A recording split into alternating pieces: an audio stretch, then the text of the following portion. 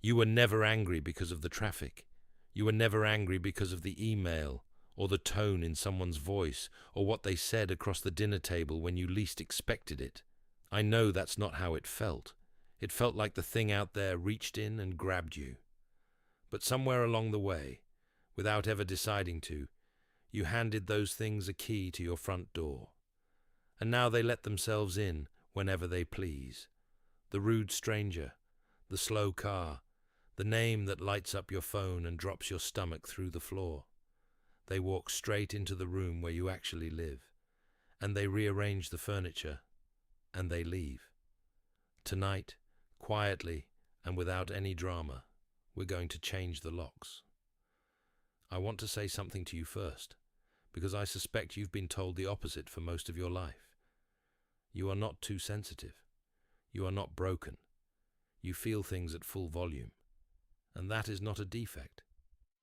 It's the very thing that makes you worth listening to, the thing that makes you good at your work and present with the people you love. The problem was never that you feel. The problem is that your feelings have been arriving with no gap between the world and you. Stimulus, then instant reaction, with nothing in between. And in that missing space, that's where every locked door used to be. So let's begin there. Let's begin with the most expensive mistake almost all of us make every single day without noticing the bill. Here is the mistake. We spend the bulk of our emotional energy on things we cannot control, and almost none on the one thing we can. Think about how strange that is. You will pour an entire afternoon of churn into a decision that someone else is going to make. You will lie awake rehearsing arguments for a conversation that may never happen, with a person who is, at this very moment, sound asleep and not thinking of you at all. You will refresh a screen, waiting for the world to rearrange itself the way you need it to. And meanwhile, the one lever that is genuinely yours, how you respond, what you do next, the quality of your own attention, sits there untouched, gathering dust. Let me show you what this looks like in the flesh. Picture two people on the same delayed runway. Same plane, same recycled air, same 2 hours bleeding off the clock. The first man is white-knuckled in seat 14C. He's refreshing the airline app every 90 seconds. He's drafting a furious complaint in his head, sharpening sentences he'll never send. His jaw is tight, his shoulders are up around his ears, and by the time the wheels finally lift, he is already wrecked, depleted in a way that no destination can repair. The second man, a few rows back, notices the delay too. He feels the small drop of frustration, and then, in about 4 seconds, he does something the first man never even attempts. He lets it go. Not because he's enlightened, not because he doesn't care, but because he's done the math. He opens a book. He arrives rested. Same external event, down to the minute. The entire difference happened in the 6 inches between their ears. One of them was trying to control the plane. The other only ever tried to control himself.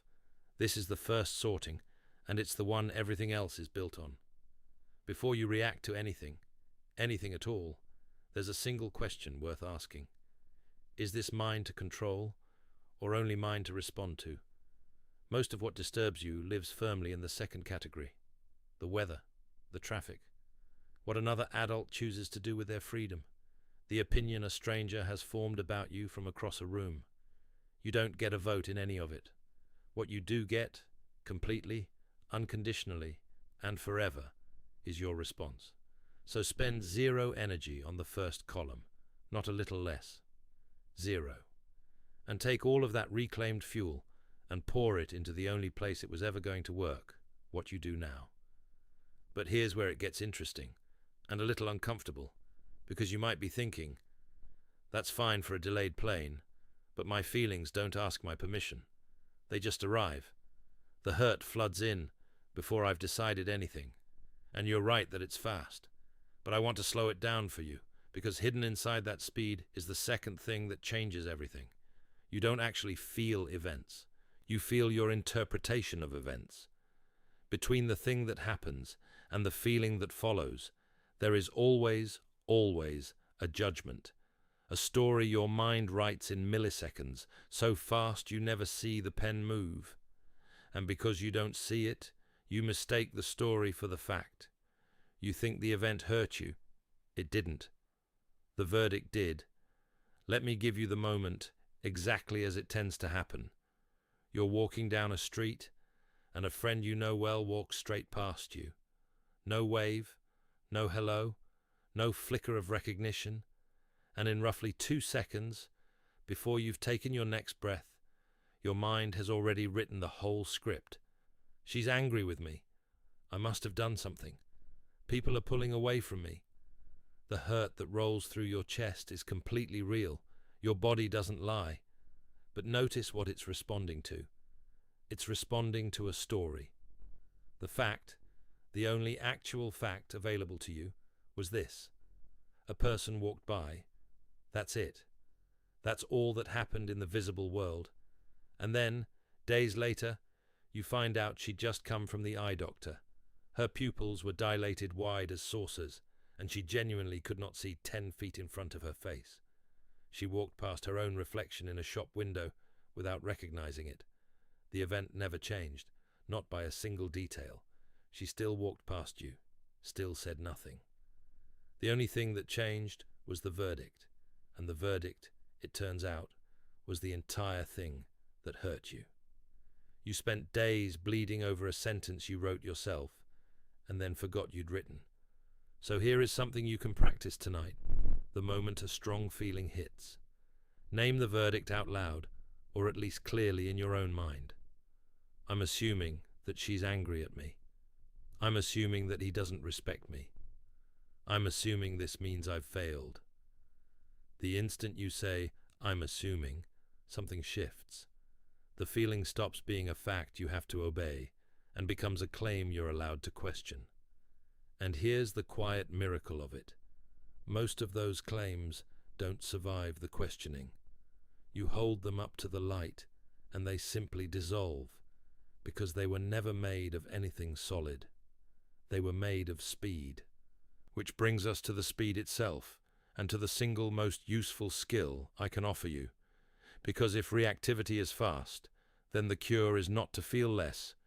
It's to insert a deliberate gap. A pause. A breath of space between what happens and what you do. Listen to me on this, because it's the whole game. Almost nothing you have ever regretted was decided inside that gap. The things you wish you could take back were decided by skipping it, by the reply that left your mouth before your better self had even arrived in the room.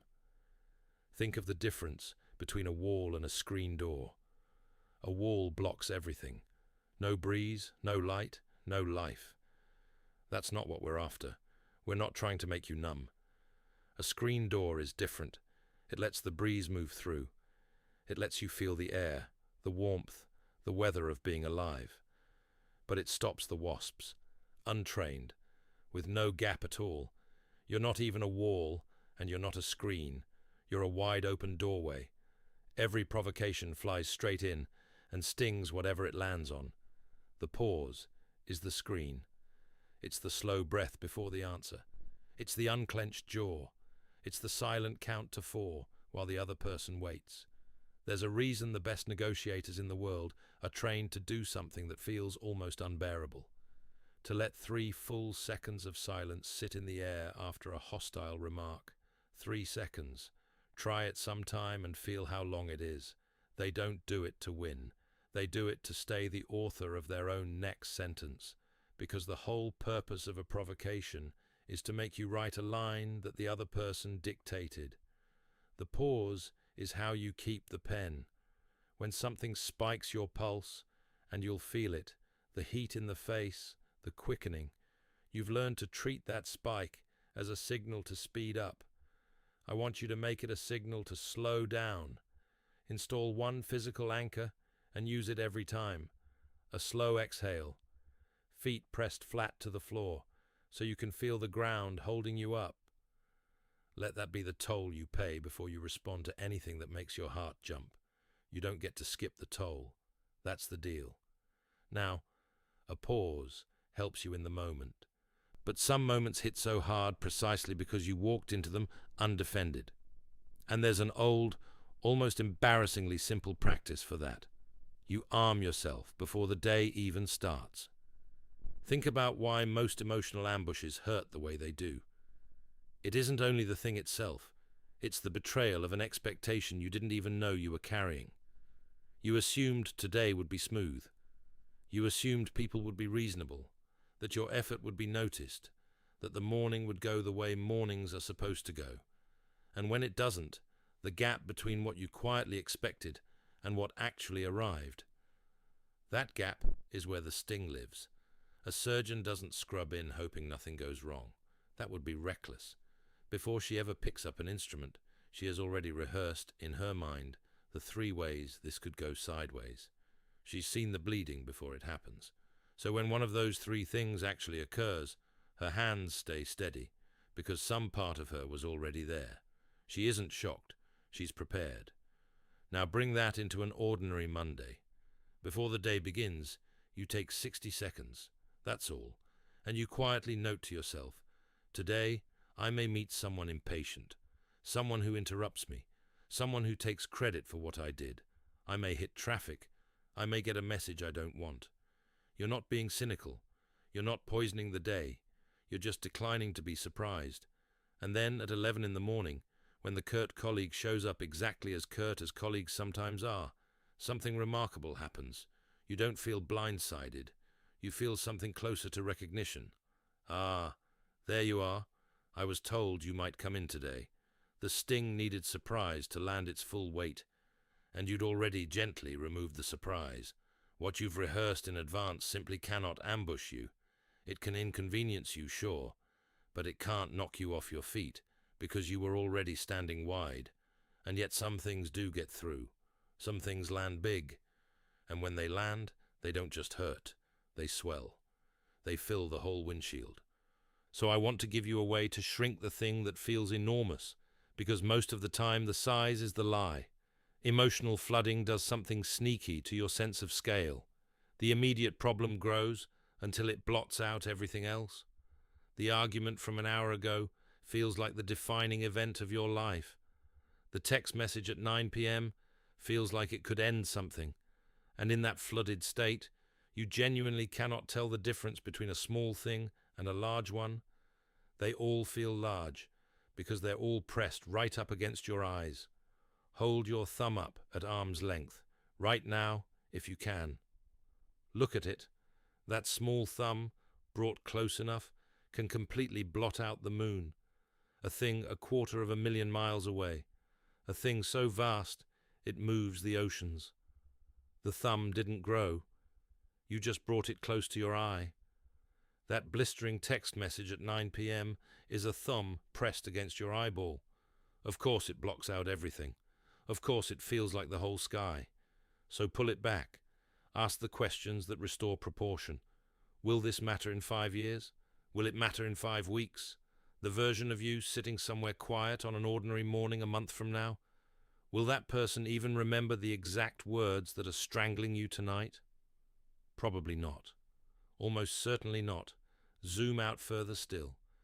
Picture your city from above, all those lit windows, every one of them holding a person convinced their own thumb is the moon. Picture your one life among the billions, the span of a whole decade laid out behind and ahead of you. From up there, most of what's currently wrapped around your throat reveals its actual, modest size. Not nothing. I'm not telling you it's nothing. But small, smaller than it swore to you it was. When something feels overwhelming, deliberately change the lens. Ask, honestly, how big is this on the scale of my entire life? And then let the honest answer do its quiet work and deflate the thing back down to its real dimensions. Now I want to turn to the kind of hurt that feels most personal of all. The insult, the slight, the comment that gets under your skin and stays there for 3 days while you replay it like a song you can't turn off. Because there's something about an offense that almost nobody understands, and once you see it, you can't unsee it. An offense is a transaction, and like any transaction, It requires your signature. A provocation, by itself, is only an offer. The other person extends it, but you and you alone decide whether to accept delivery. Withholding that acceptance is the quietest and most complete form of power you will ever hold, because it asks nothing of the other person at all. They don't have to change. They don't have to apologize. You simply don't sign. Imagine someone walks up to you on the street and tries to hand you a wrapped package, and you just don't take it. You keep your hands at your sides. Whose package is it now? Still theirs. They're left standing there holding it, and eventually they have to walk away with it, because it never became yours.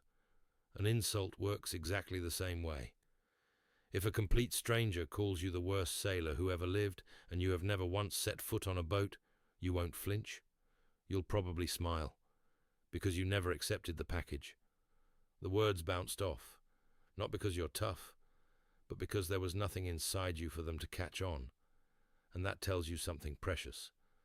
The remarks that actually wound are the ones where some quiet part of you signed for the delivery, which means your hurt is not just pain, it's a map. It shows you, with uncomfortable precision, exactly where you still secretly half agree with the critic. The comment that lands is the one that brushes against a fear you already had about yourself. So the next time something stings, don't rush to defend yourself, and don't rush to attack back. Get curious instead. Ask, why did I accept this delivery? One of two things will happen, and both of them are wins. Either you'll realize there was nothing true in it, and you'll watch the sting dissolve as you set the package back down, or you'll find an honest insecurity sitting underneath it. Something real, something worth working on. Either you're free, or you've found the next stone to lay. There's no losing in that question. But what about the things that aren't a passing comment? What about the events that genuinely break something? The ones you can't reframe away, can't decline at the door, can't shrink small enough to swallow. The layoff, the diagnosis, the relationship that ended without your consent. For those, I want to offer you the deepest move of all, and it's a strange one, because it asks more of you than mere endurance. There's a level beyond bearing hardship calmly, beyond gritting your teeth and getting through. It's the practice of taking what has already irreversibly happened and actively embracing it as raw material, not because it was good, not because you'd wish it on anyone, but because resenting the unchangeable is the one fight in this entire universe that you are guaranteed 100% to lose. The past does not negotiate. You can spend the rest of your life demanding that it be different, and it will simply, silently refuse. Think of two woodworkers. Each one, deep into a beautiful piece, hits a knot in the grain. That hard, swirling, stubborn floor that won't plane down smooth. The first curses the board. He fights the knot, drives his tool straight into it, tries to force the wood to be what he wanted it to be, and the piece splits in his hands. The second woodworker hits the very same knot. He stops. He looks at it for a while, and then he designs the whole table around it. He lets that dark swirl sit right in the center, and when the table is finished, the knot is the thing everyone reaches out to touch. It's the feature. It's the part that makes the piece unrepeatable. The hard thing that happened to you is a knot in the grain. You cannot unknot it. That option was never on the table, no matter how long you stand there wishing. The only choice you actually have is which woodworker you're going to be. The one who fights the wood until it splits, or the one who builds something around what's truly there. So take one thing you currently resent, and try finishing this sentence honestly. Because this happened, I can now. You're not pretending it was a gift. You're not slapping a bright label on a real loss. You're doing something far more dignified than that. You're refusing to let it be wasted. And if you've been collecting these, the sorting, the pause, the morning rehearsal, the wide lens, the unsigned package, the knot you build around, you might be starting to feel something shift. Let me tell you what you're actually building, because it has a shape, and it's worth seeing clearly. Serenity is not a mood that floats down and visits you on good days. It is not luck, and it is not temperament, and it is not something you have to wait around hoping to feel. It's a structure, a place you construct deliberately through daily practice, a room inside you that the weather outside cannot get into. The old word for it is a citadel, an inner fortress, but I prefer something simpler, a lighthouse. A lighthouse doesn't argue with the storm. It doesn't take the waves personally. It doesn't demand that the sea apologize for crashing or wait for calm weather before it does its job. It was built, stone by patient stone, for exactly this, for the worst nights. So when the storm comes, and the storms always come, the lighthouse doesn't brace and it doesn't panic. It simply stands, and it throws out its steady light across the churn, not because the night is gentle, but because of what it's made of. The unbothered person you've been imagining, calm in the meeting, even-voiced in the argument, unshaken when the bad news comes, that person is not someone who feels nothing. Please hear that. They're not made of stone all the way through. They are someone who has quietly laid enough stones that when the storm arrives, there's already something solid standing in the place where panic used to live. The pause is a stone. The reframe is a stone. The morning rehearsal, the unsigned package, the evening look back, every one of them a stone. And you don't lay them all at once. You lay one. So pick a single practice from everything we've sat with tonight and lay it as your first stone this week. Just one. Because calm compounds. You are not trying to be perfectly unbothered by Friday. That's not the goal, and it never was. You're only trying to be one stone stronger than you were today. That's it. That's enough. That's everything. And there's one more stone, the one that turns all the others into a practice instead of a memory. It happens at the end of the day, and it's gentle.